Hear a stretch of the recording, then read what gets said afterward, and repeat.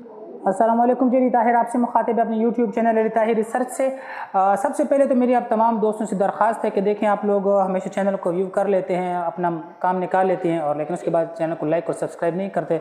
मैं पहले भी कह चुका सब ऑन यू, लेकिन मेरी कोशिश होती है, मैं फ्री ऑफ कॉस्ट आप लोगों की लगा होता हूँ और अल्हम्दुलिल्लाह 9-10 के तमाम गेस्ट अब तक जितने भी मैं अपलोड कर चुका अल्हम्दुलिल्लाह 100% कामयाबी के साथ जारी हैं और अच्छे खासी लोगों ने गेस्ट बनाए हैं, अपलोड किए और हैवी गेस्ट उन्होंने अपलोड किए, लेकिन वो जो पेपर थे उनके उसमें से नहीं आए। मेरा एक शॉर्ट गेस्ट अभी मैथ्स का लास्ट में जो मैंने अपलोड किया, आप यकीन माने उस पर टोटल 50 या 60 व्यूज़ आए होंगे, लेकिन जिन लोगों ने देखा है तो आप देख लें कि सेक्शन बी भी उनका कंप्लीट होता है और सेक्शन सी भी उससे मुकम्मल कंप्लीट होता है।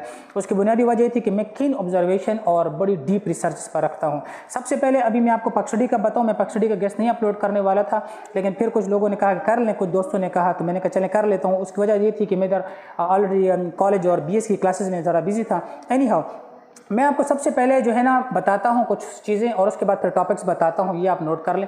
सबसे पहले यूनिट नंबर 1 में पाक स्टडी का जो गेस्ट है क्लास 9 का, यूनिट नंबर 1 में शॉर्ट क्वेश्चन 1, 2, 3, 4, 6, 7 और लॉन्ग क्वेश्चन जो है वो 2, 3 है।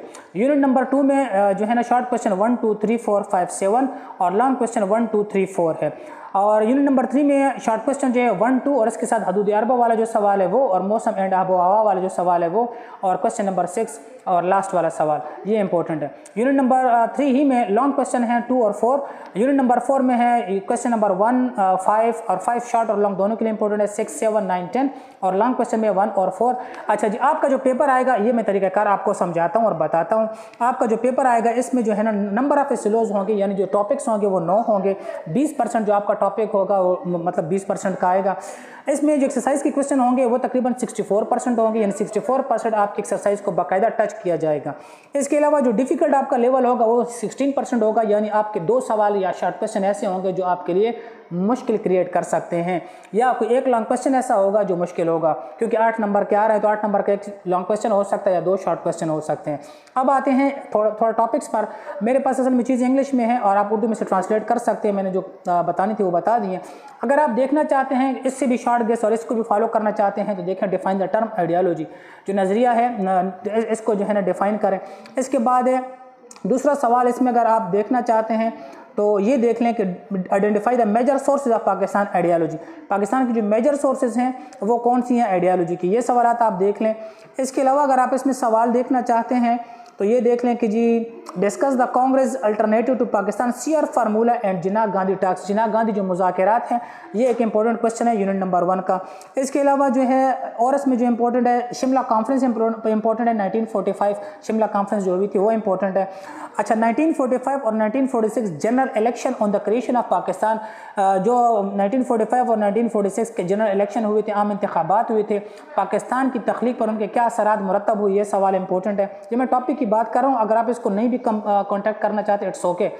ये जो शॉर्ट क्वेश्चन आपको मैंने बताएं और लॉन्ग क्वेश्चन बताएं, इससे आपका पेपर हो जाएगा। लेकिन फिर भी अगर ये जो मैं आपको टॉपिक बता रहा हूँ ना, अगर ये शॉर्ट क्वेश्चन और लॉन्ग क्वेश्चन से जो सवाल नहीं कवर हो रहा तो वो आप कवर कर लें, ठीक है जी। तो इसके अलावा जो चीज़ें हैं वो है जी compare and contrast the Cripps offer and cabinet mission plan, खैर से ना करें, डिस्कस द, ये भी ना करें, discuss the role of interim government advance of Pakistan.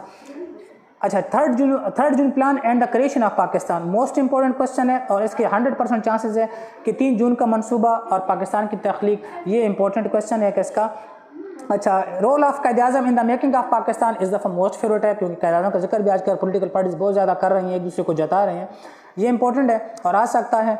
इसके अलावा जो है ना पाकिस्तान और भी टॉपिक्स हैं, pattern of discuss the major for world, ये इसके तकरीबन इंपॉर्टेंट टॉपिक्स हैं।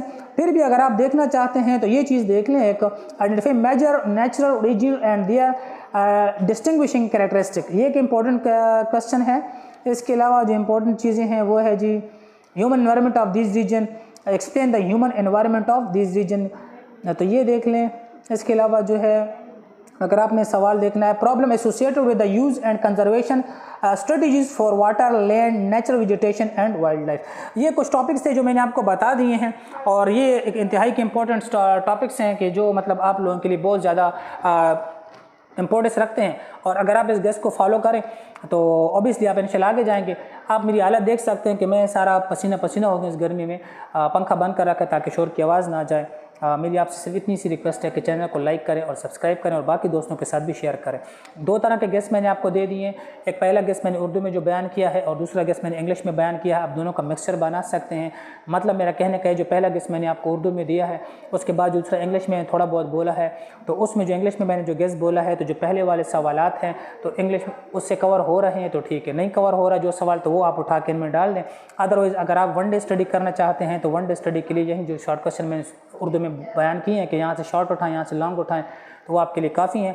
इंशाल्लाह बाकी गेस्ट की तरह उम्मीद करता हूँ ये वाला भी गेस्ट आपका 100% पेपर में मौजूद होगा। अपना थोड़ा नहीं बहुत सारा ख्याल रखें। अल्लाह हाफ़िज़।